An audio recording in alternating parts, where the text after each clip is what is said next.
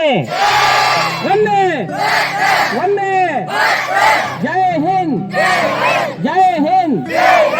तुम मुझे खून दो, तुम मुझे खून दो। वास्तव में आप लोगों को जानकारी होना चाहिए कि इतिहास के पन्नों में सबसे सक्षम, सबसे शक्तिशाली कोई रहा है तो वो सुभाष चंद्र बोस है। आप लोगों को उनका अध्ययन करना चाहिए, सुभाष चंद्र बोस का। 21 अक्टूबर 1943 को आजाद हिंद फौज की स्थापना हुई, जब देश में दुनिया में द्वितीय विश्व युद्ध चल रहा था।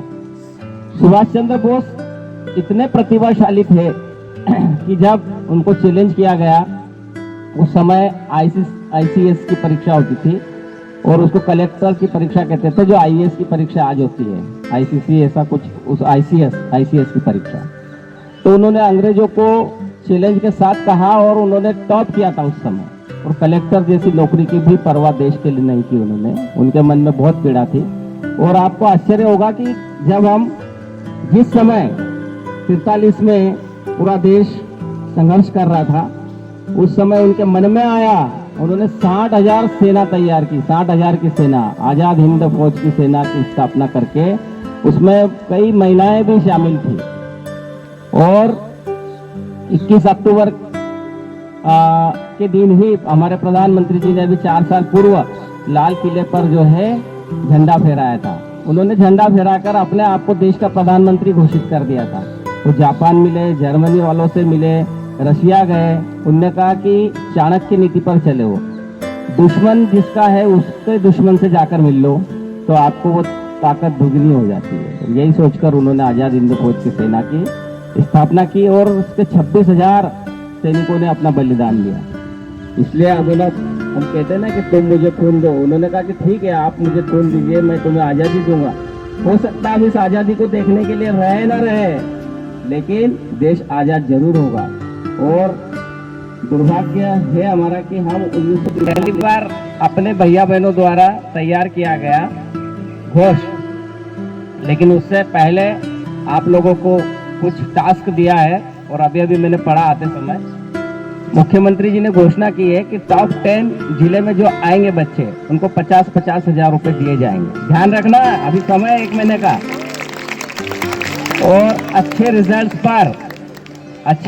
पर स्कूल को जो है 5-5 लाख रुपए जो स्मार्ट क्लास के लिए दिए जाएंगे, है ना। एक बार जोरदार ताली बजा। ये टॉप 10 में सरस्वती शिशु मंदिर सेंधवा भी है, जिसके भैया बहन भी है कुछ न कुछ तो, और वो विद्यालय भी है जिसका परीक्षा परिणाम अच्छे आने वाले हैं। हम रात दिन एक करेंगे। अभी निशानी है प्यारा सुभाष, नेता सुभाष, भारत भू का उजियारा था। पैदा होते ही गणिकों ने जिसका भविष्य लिख डाला था। यह वीर चक्रवर्ती होगा या त्यागी होगा सन्यासी, जिसके गौरव को याद रखेंगे युग युग तक भारतवासी। तो वही वीर नौकरशाही ने पकड़ जेल में डाला था, पर क्रुद्ध केहरी कभी नहीं फंदे में टिकने वाला था। बांधे जाते इतिहास, बांधे जाते, माफ कीजिएगा, बांधे जाते इंसान कभी तूफान न बांधे जाते हैं। काया जरूर बांधी जाती है, बांधे न इरादे जाते हैं। वह दृढ़ प्रतिज्ञ सेनानी था जो मौका पाकर निकल गया। वह दृढ़ प्रतिज्ञ सेनानी था जो मौका पाकर निकल गया। वह पारा था अंग्रेजों की मुट्ठी में आकर फिसल गया। जिस तरह धूर्त दुर्योधन से बचकर यदुनंदन आए थे, जिस तरह दुर्योधन से बचकर यदुनंदन आए थे, जिस तरह शिवाजी ने मुगलों के पहरेदार छकाए थे, बस उसी तरह यह तोड़ पिंजरा तोते सा बेदाग गया। जनवरी माह सन 41 मच गया शोर, वह भाग गया। वे कहाँ गए, वे कहाँ गए, वे कहाँ रहे, धूमिल अभी कहानी है।